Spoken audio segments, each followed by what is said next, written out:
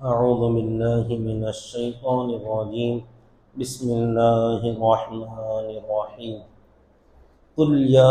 ایہا الکافرون، آپ فرمائیے کہ اے اسلام کا انکار کرنے والو، لا اعبد ما تعبدون، میں ان بتوں کی عبادت نہیں کرتا جن کی تم لوگ عبادت کرتے ہو، ولا انتم عابدون ما اعبد، اور تم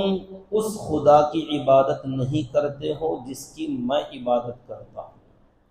ولا انا عابد ما عبدتم، اور نہ میں ان خداؤں کی عبادت کروں گا جن کی تم عبادت کر رہے ہو، ولا انتم عابدون ما اعبد، اور نہ ہی تم اس خدا کی عبادت کرو گے جس کی میں عبادت کر رہا ہوں، لکم دینکم ولی دین، تمہیں تمہارا دھرم ہے اور مجھے میرا دین ہے۔ محترم بزرگ عزیز دوستو، یہ جو سورہ کافرون کے نام سے مشہور ہے، اس کی بہت ساری فضیلتیں احادیث کے اندر آئی ہیں۔ سورہ کافرون اور اس کے بعد سورہ نصر اور اس کے بعد سورہ لہب چھوڑ کر سورہ اخلاص، قل هو اللہ احد،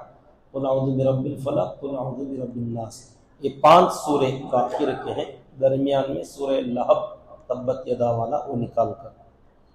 جو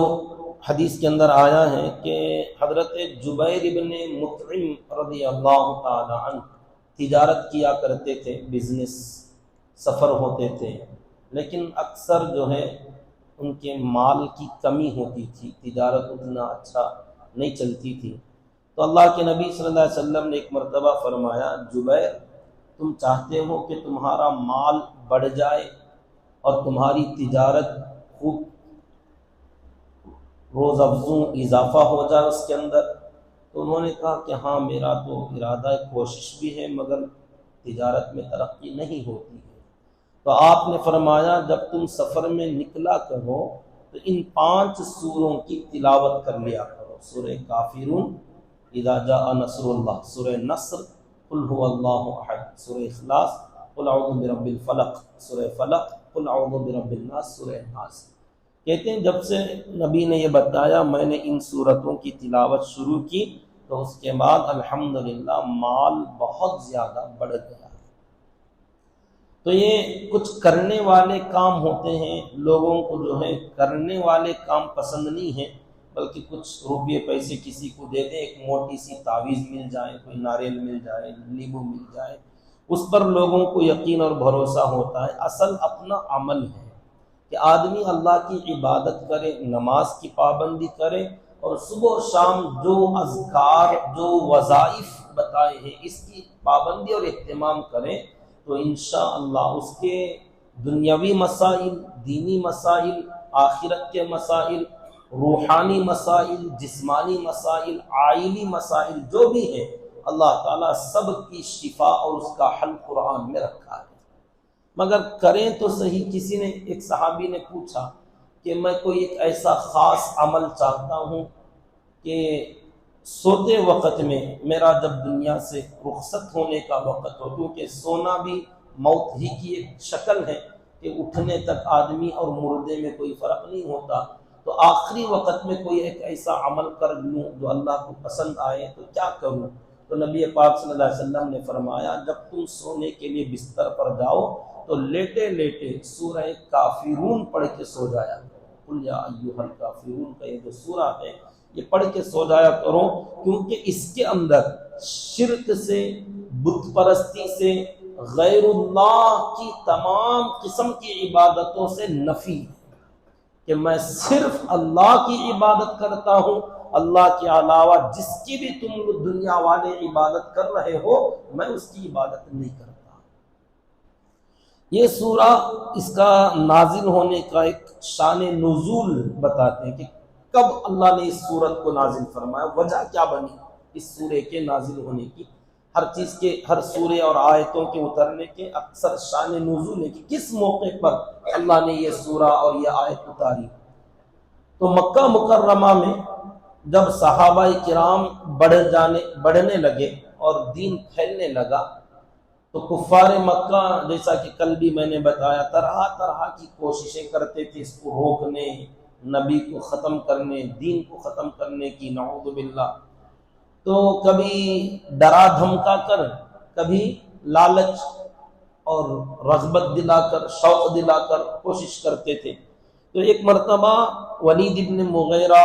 عاص بن وائل، عتبہ، یہ جو بڑے بڑے سردار تھے، ان کی ایک جماعت ہمارے نبی کے پاس آئی۔ آ کر ان لوگوں نے کہا کہ محمد صلی اللہ علیہ وسلم، آپ یہ نیا دین کیوں شروع کیے ہیں؟ لوگوں کو ایک اللہ کی طرف کیوں بلا رہے ہیں؟ اور آپ ہمارے خداؤں کو برا بھلا بولتے ہیں کہ ہمارے خداؤں میں کوئی طاقت نہیں ہے، ہمارے خدا چلتے نہیں ہیں، دیکھتے نہیں ہیں، بولتے نہیں ہیں، کھاتے نہیں ہیں، کھلاتے نہیں ہیں، فلاں فلاں جو آپ بولتے ہیں یہ ہمیں بہت برا لگتا ہے۔ آپ کیا چاہتے ہیں؟ اگر آپ اپنے اس کام سے اپنے بہت سارے لوگوں کو جمع کر کے، فالوورز بنا کے، اپنے متبعین بنا کے، ان لوگوں سے چندہ کرنا، پیسے اکٹھا کرنا اور بڑے مالدار بننے کا اگر آپ کا شوق ہے تو آپ ہم 4-5 لوگوں کو بول دیجئے، ہم آپ کا راز میں رکھیں گے اور اتنا مال جمع کریں گے، اتنا مال ہم چندہ کریں گے، آپ یہ کام مت کرو، ہم چندہ کریں گے اور آپ کو اتنا مال دیں گے کہ پورے مکے میں آپ سے بڑا مالدار دوسرا نہیں ہوگا، اتنا دیں گے۔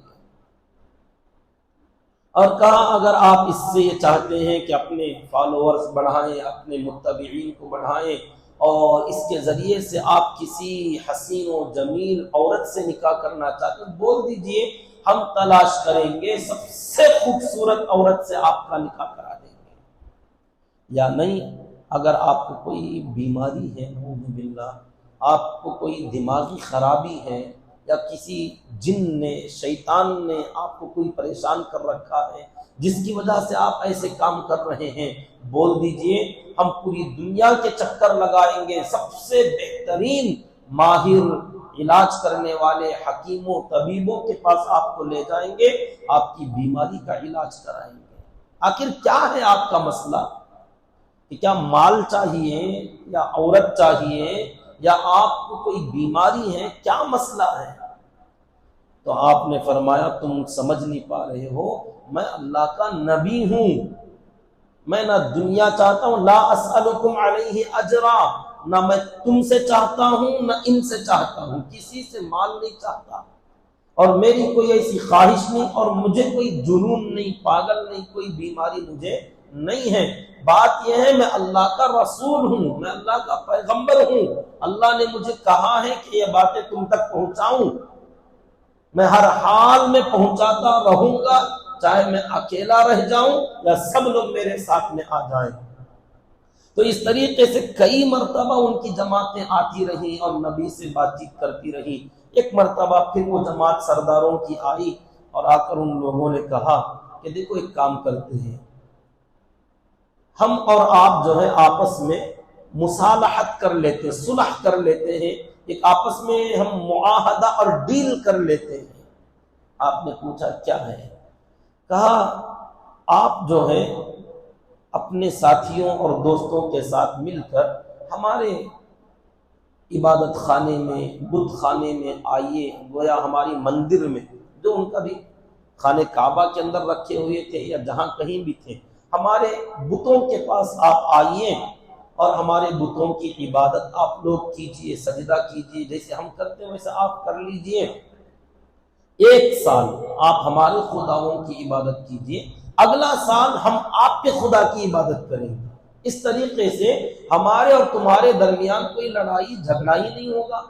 آپ بھی ہمارے خداؤں کی عبادت کر لیجئے، ہم بھی آپ کے اللہ کی عبادت کر لیتے ہیں، جیسے آپ چاہتے ہیں ویسے کر لیں گے، تو آپس میں کیا رہے گا؟ لڑائی جھگڑا ختم، اور آپس میں صلح صفائی، اور ہم آپس میں ایک دوسرے کے ساتھ مل جل کر رہیں گے۔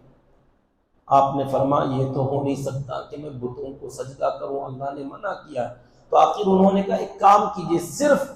ہمارے خداؤں کے پاس آ کر ان کو ہاتھ لگا دیجئے، بس ہاتھ لگا دیجئے صرف۔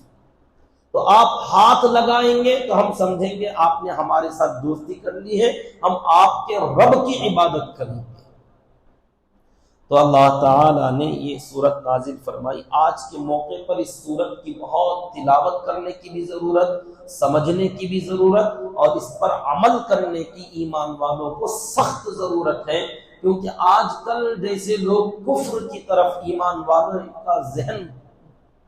بڑھتا جا رہا ہے کہ بڑی مندر تعمیر ہو گئی ہے، تو کچھ بہت سارے لوگوں کو دیکھا گیا، دیندار قسم کے لوگوں کو دیکھا گیا کہ چلو کمپرومائز کر لیتے ہیں، صلح کر لیتے ہیں، مل جل کے رہتے ہیں، ایک جگہ کے رہنے والے ہیں۔ دیکھو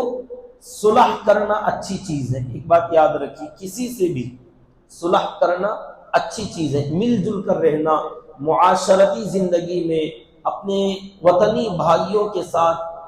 مصالحت کر لینا، آپس میں کوئی ڈیل طے کر لینا، آپس میں صلح صفائی کر لینا، بھائی چارگی قائم کرنا اچھی چیز ہے۔ خود نبی نے جب مدینہ منورہ گئے، جیسے کل بتایا، مدینے کے جو یہودی قبیلے تھے، بنو قریظہ، بنو نذیر، بنو قینقاع، یہودیوں کے ساتھ حضور نے کیا کیا تھا؟ معاہدہ کیا تھا کہ تم ہمارے ساتھ رہو، ہم تمہارے ساتھ رہتے ہیں، تم ہم سے نہ لڑو، ہم تم سے نہیں لڑیں گے، تم ہمارے دشمنوں کا ساتھ نہ دو، ہم تمہارے دشمنوں کے ساتھ ہم لڑیں گے تمہارے ساتھ مل کر، فلاں جو طے ہوا تھا اچھی چیز ہے۔ لیکن صلح کہاں تک کی جائے گی اس سورے میں اللہ نے بتلایا۔ صلح کرنا، یہ اچھی طریقے سے یاد رکھیے، جو مسئلے ہمارے ملکی مسئلے ہوں گے، ملکی مسئلے، اور جو مسئلے ہمارے انسانوں کے بنائے ہوئے اصول ہوں گے، ان اصولوں میں مصالحت کر سکتے ہیں۔ ہمارے بنائے ہوئے جو قوانین ہیں، ہمارے رہنے سہنے کا جو طریقہ ہے، ہم لوگوں نے، انسانوں نے جو قوانین بنا لیے ہیں، ان قوانین کے اندر صلح کرنا، آپس میں کمپرومائز کرنا جائز ہے۔ جو اصول اللہ نے طے کر دیے، ان اصول میں مصالحت کرنے کی ذرہ برابر بھی اجازت نہیں۔ یہ فرق یاد رکھیں، ایک ہے قانون اللہ کا بنایا ہوا، اور ایک قانون ہم بنا لیتے ہیں۔ جیسے انسان آپس میں محلے والے بیٹھ کر کوئی چیز طے کر لی کہ بھئی آپ لوگ یہاں سے یہاں تک اپنا جو ریل نکالتے ہو، جو آپ لوگ جلوس نکالتے ہو، آپ لوگ اس میں یہاں سے یہاں تک احتیاط کر لیجئے گا، یہاں آپ لوگ ڈھول تاشے نہ بجائیے گا، یہاں آپ لوگ عودوں اور چیخ چلانا نہ کیجئے گا، آپ لوگ فلاں دن میں اس طریقے سے کر لیجئے۔ یہ آپس میں اگر ضرورت کے لیے طے کر لیتے ہیں تو انسانوں کے بنائے ہوئے قوانین میں مصالحت اور کمپرومائز جائز ہے۔ جو اصول اللہ نے بنا دیا، اس میں اگر مصالحت کرنے کو کہا جائے تو ہم کہیں گے اپنی گردن کٹا دیں گے، مگر اس میں ہم صلح نہیں کر سکتے، نہیں ہوگا۔ جیسے کہا جائے کہ تم لوگ بھی کیا کرو، ہماری مندروں میں آ جاؤ، تم بھی پوجا پاٹ کر لو، ہم بھی تمہاری مسجدوں میں آ جائیں گے، تو اللہ نے آخر میں کیا کہہ دیا؟ لکم دینکم ولی دین، تمہیں تمہارا مذہب ہے، ہمیں ہمارا مذہب ہے۔ اس میں کمپرومائز اور صلح نہیں ہو سکتی۔ تو اللہ تعالیٰ نے فرمایا قل، اے نبی جی فرما دیجئے۔ اچھا، اور ایک سنت ہے اللہ کے نبی صلی اللہ علیہ وسلم کی،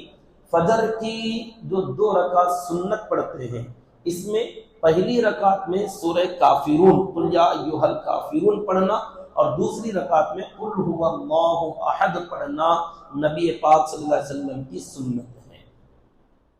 کئی صحابہ نے بیان کیا کہ اکثر مرتبہ دیکھا گیا کہ ہمارے نبی ان 2 سورتوں کی تلاوت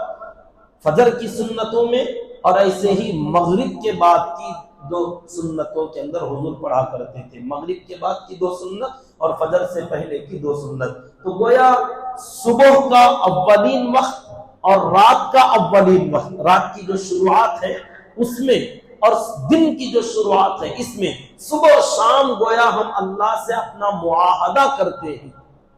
کہ عبادت کے اعتبار سے بھی اے اللہ تیرے علاوہ ہم کسی کی عبادت نہیں کریں گے، اور قل ھو اللہ احد کے اندر ایمان کے طور پر ہم اللہ سے مانتے ہیں کہتے ہیں کہ اللہ آپ ہی سب کچھ کرنے والے ہیں، آپ کسی کے محتاج نہیں ہیں۔ تو سورہ اخلاص دل کے ذریعے سے توحید کا اقرار کرنا، اور سورہ کافرون عمل کے ذریعے سے توحید کا اقرار کرنا، اس کا ثبوت ہے۔ ایک ہے ایمان اور ایک ہے عمل۔ تو کافرون کے اندر عمل کی توحید، اللہ کی ایک ماننے کا عمل اس کے اندر ہے، اور اخلاص کے اندر قل هو اللہ احد کے اندر دل سے اللہ کو ایک ماننے کا ثبوت ہے۔ تو یہ دونوں سورے صبح کے اول وقت میں اور رات کے اول وقت میں جو سنتیں ہیں، ان سنتوں میں پڑھنا نبی کی سنت ہے۔ گویا اس سے اشارہ ہے کہ ہم ایمان پر اور ایک اللہ کی وحدانیت پر جی رہے ہیں، اور ایک اللہ کی وحدانیت پر مر رہے ہیں۔ صبح و شام یہ ہماری عادت ہونی چاہیے۔ ترجمہ یہ ہے قل، اس کا معنی یہ ہے کہ کہہ، بول۔ اللہ نے اپنے نبی سے فرمایا قل، کہیے، فرمائیے آپ، اور اللہ ہم سے بھی کہتے ہیں کہ اے میرے بندے تو بھی بول۔ قل کے معنی بول، کہہ۔ کیا بول؟ یا ایوہل، اے وہ الکافرون، کافروں۔ اب یہ کافر کا جو لفظ ہے لوگوں کو ایک گالی بن چکی ہے یہ، حالانکہ اس کا معنی کیا ہے کہ انکار کرنے والا۔ کافر کا معنی انکار کرنے والا، ریجیکٹ کرنے والا، یعنی یہ لوگ جو کافرون کا معنی ہے ریجیکٹر لوگ، یعنی دین اسلام ان کے سامنے آیا تو ان لوگوں نے اس کو ریجیکٹ کر دیا کہ ہم نہیں مانتے، ہمیں اس کی ضرورت نہیں ہے۔ تو ریجیکٹ کرنے والے لوگ کافر کا معنی، تو ہم لوگ ایکسپٹ کرنے والے کہ ہمارے سامنے دین آیا، اسلام آیا، ہم نے قبول کر لیا، ہم نے مان لیا کہ ہاں ایک اللہ ہے، اللہ کا دین صحیح ہے۔ اس مؤمن، مسلم مان لیے، اس تسلیم کر لیے، تو ہم لوگ اللہ کے دین کو مان لینے والے، ایک اللہ کو اور نبی کو ماننے والے، اور جتنے کافر ہیں ان کا مطلب یہ ہے کہ اللہ کو، اللہ کے نبی کو اور دین کو نہ ماننے والے، ریجیکٹ کرنے والے، انکار کرنے والے۔ تو بات تو صحیح ہے، تو پھر اس پر چڑھنے کی کیا ضرورت ہے کہ کافر بولتے ہیں، ہم کو کافر بولتے ہیں؟ کافر تو ہو ہی تم، جب کافر انکار کر رہے ہو تو انکار کرنے والے کو پھر اور کیا کہا جائے؟ تو اللہ فرماتے ہیں قل، کہو، یا ایھا الکافرون، یعنی کافروں سے کہو کہ اے اسلام کا انکار کرنے والے لوگوں، لا اعبد، میں عبادت نہیں کرتا ہوں، یعنی فی الحال۔ یہاں ڈبل آیتیں آئیں، دو بار۔ کیوں دو بار اللہ نے لایا؟ حالانکہ تکرار نہیں ہوتا، اگر کسی جگہ پر ڈبل آتا، ٹکرار آتی ہے، تو اس کے اندر بہت سارے فائدے اور معانی ہوتے ہیں۔ لا اعبد، میں عبادت نہیں کرتا ہوں، یعنی فی الحال، ایٹ پریزنٹ میں عبادت نہیں کرتا ہوں، ماں، ان خداؤں کی، ان بتوں کی، تعبدون، جن بتوں کی عبادت تم کر رہے ہو۔ جتنے بھی خدا، جو بھی خدا، جس ملک میں، جس علاقے میں، جو لوگ ہم جانتے ہوں یا نہ جانتے ہوں، کون سے ملک میں کون سے خدا کو لوگوں نے بنا لیا، تو دنیا والوں سے کہو ما تعبدون،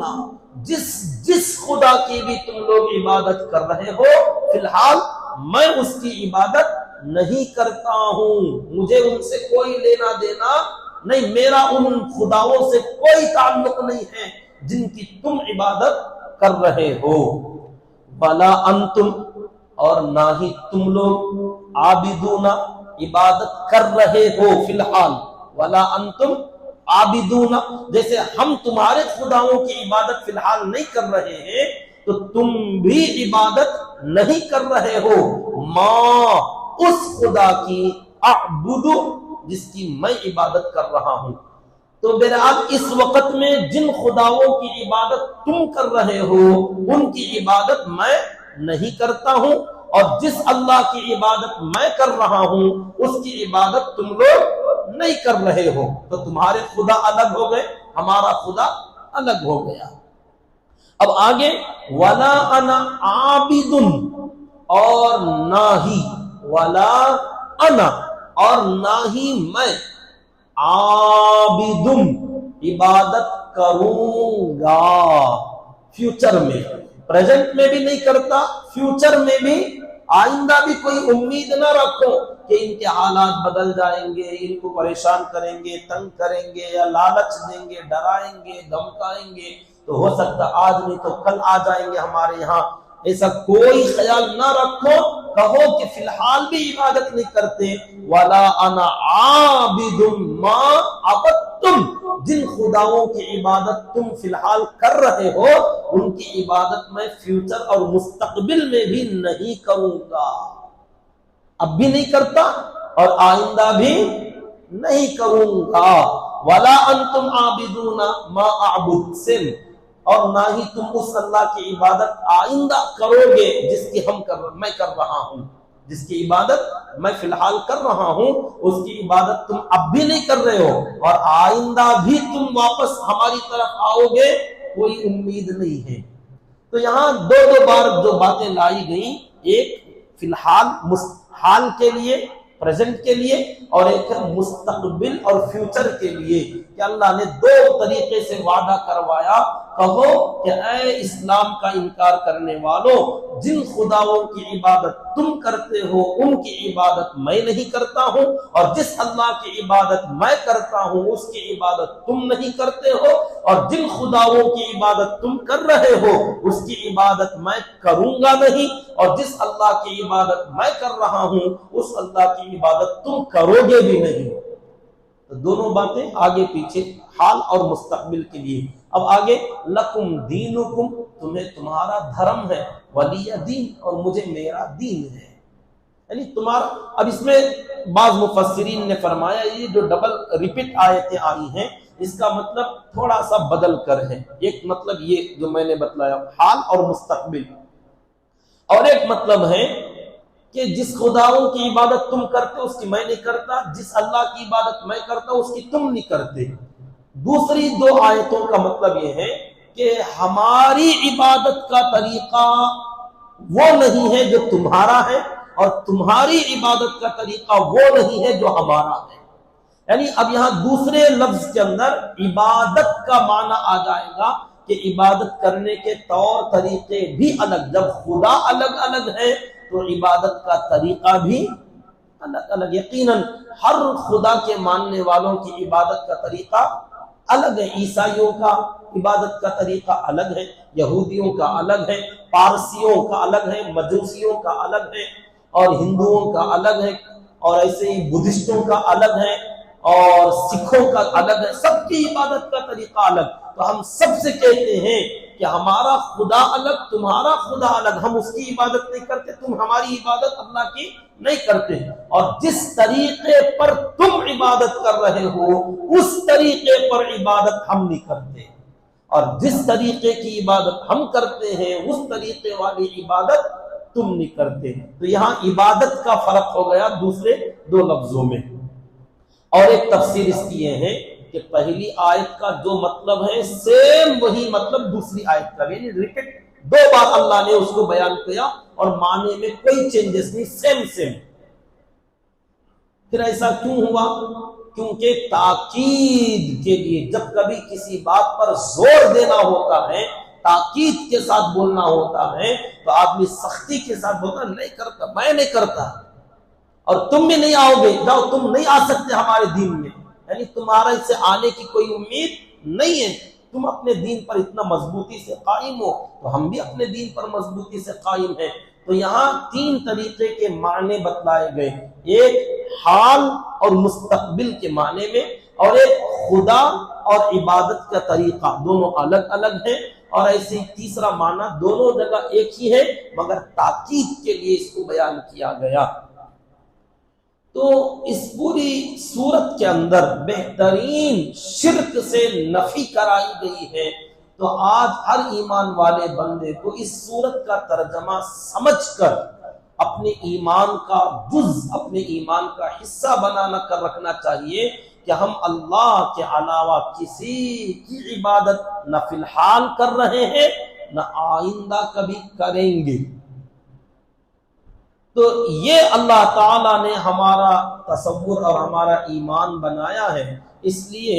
اس سورت کی تلاوت صبح و شام سمجھ کر کرتے رہیں۔ قل یا ایھا الکافرون، کہو کہ اے اسلام کا انکار کرنے والو، لا اعبد، میں عبادت نہیں کرتا ہوں، ما تعبدون، جن خداؤں کی عبادت تم کرتے ہو، ولا انتم عابدون، اور نہ تم عبادت کرتے ہو، ما اعبد، جس اللہ کی عبادت میں کرتا ہوں، ولا انا عابد ما عبدتم، اور نہ میں عبادت کروں گا ان خداؤں کی جن کی تم عبادت کر رہے ہو، ولا انتم عابدون ما اعبد، اور نہ تم عبادت کرو گے اس اللہ کی جس کی میں کر رہا ہوں، لکم دینکم ولی دین، تمہیں تمہارا دھرم، ہمیں ہمارا دین۔ تو اس میں یہ بتلایا گیا کہ کمپرومائز دین میں نہیں کیا جائے گا، عبادت کے طریقوں میں بالکل نہیں کیا جائے گا، کہ جو اللہ نے بتایا وہی طریقہ رہے گا۔ تو اللہ کے نبی صلی اللہ علیہ وسلم نے اس دن سے بھی صاف اعلان کر دیا کہ اس میں مصالحت اور صلح نہیں ہو سکتی۔ الحمدللہ ایمان والے اس پر ہمیشہ سے جمے ہوئے چلے آ رہے ہیں، مگر آج کل کچھ لوگ جن کو اگر اللہ نہ بچائے تو پتہ نہیں کیسے کیسے لوگ چلے جائیں گے، کچھ علماء ٹائپ کے لوگ دنیا میں ایسے نظر آئے کہ ایسے آج کل کے حالات میں صلح کلی کے قائل ہو گئے کہ چلو وہ بھی کر سکتے ہیں، کیا ہے، ملک بچانا ہے فلاں، کہ بھئی اسلام پر چلتے ہوئے ملک کے لیے کیا خطرہ ہے؟ ہمیں کہتے ہیں اپنے دین پر ہم باقی رہیں گے تو ملک کے لیے کون سی چیز خطرے کی ہے؟ ہمارا کون سا عمل ایسا ہے جو ہمارے ملک کے خلاف لے جاتا ہے؟ ہم اپنے دین پر رہتے ہوئے بھی تو انسانیت کا کام کر سکتے ہیں، بلکہ اللہ کے بتائے ہوئے طریقے پر چلنا ہی اصل انسانیت ہے۔ اللہ نے دین پر چلنے کا طریقہ، عبادت کا طریقہ بھی بتایا، اور ساتھ ہی ساتھ وَاعْبُدُوا اللَّهَ وَلَا تُشْرِكُوا بِهِ شَيْئًا وَبِالْوَالِدَيْنِ إِحْسَانًا وَبِذِي الْقُرْبَى وَالْيَتَامَى وَالْمَسَاكِينِ وَالْجَارِ ذِي الْقُرْبَى وَالْجَارِ الْجُنُبِ وَالصَّاحِبِ بِالْجَنبِ وَابْنِ السَّبِيلِ۔ اللہ نے خود حکم دیا کہ ایک اللہ کی عبادت کرو، دوسرے کسی کو اللہ کے ساتھ شریک نہ کرو، ماں باپ کے ساتھ حسن سلوک کا معاملہ کرو، رشتہ داروں کے ساتھ، پڑوسیوں کے ساتھ، ہمیشہ کا پڑوسی، تھوڑی دیر کا پڑوسی، مسافر، یتیم، مسکین، سب کے ساتھ بھلائی کا معاملہ کرو۔ بتاؤ اس میں سے کون سی بات ہے جو نہیں ہونا چاہیے؟ سب کے ساتھ اللہ تعالیٰ اللہ کی عبادت کرتے ہوئے، اللہ کے ساتھ کسی کو شریک نہ کرتے ہوئے، پوری دنیا کے لوگوں کے ساتھ حسن سلوک کا حکم اللہ دے رہے ہیں، تو اس میں کون سی خرابی ہے؟ تو میرے حال اللہ تعالیٰ سے دعا کریں کہ اللہ رب العزت ہم تمام کو اس صورت کے تقاضے پر اپنی پوری زندگی لگانے کی، اور اس پر عمل کرتے رہنے کی، اور ان صورتوں کی تلاوت کرتے رہنے کی اللہ ہم سب کو توفیق عطا فرمائے، آمین۔ سبحان اللہ و بحمدہ، سبحانک اللہم و بحمدک، ونشہد ان لا الہ الا انت، ونستغفرک ونتوب الیک۔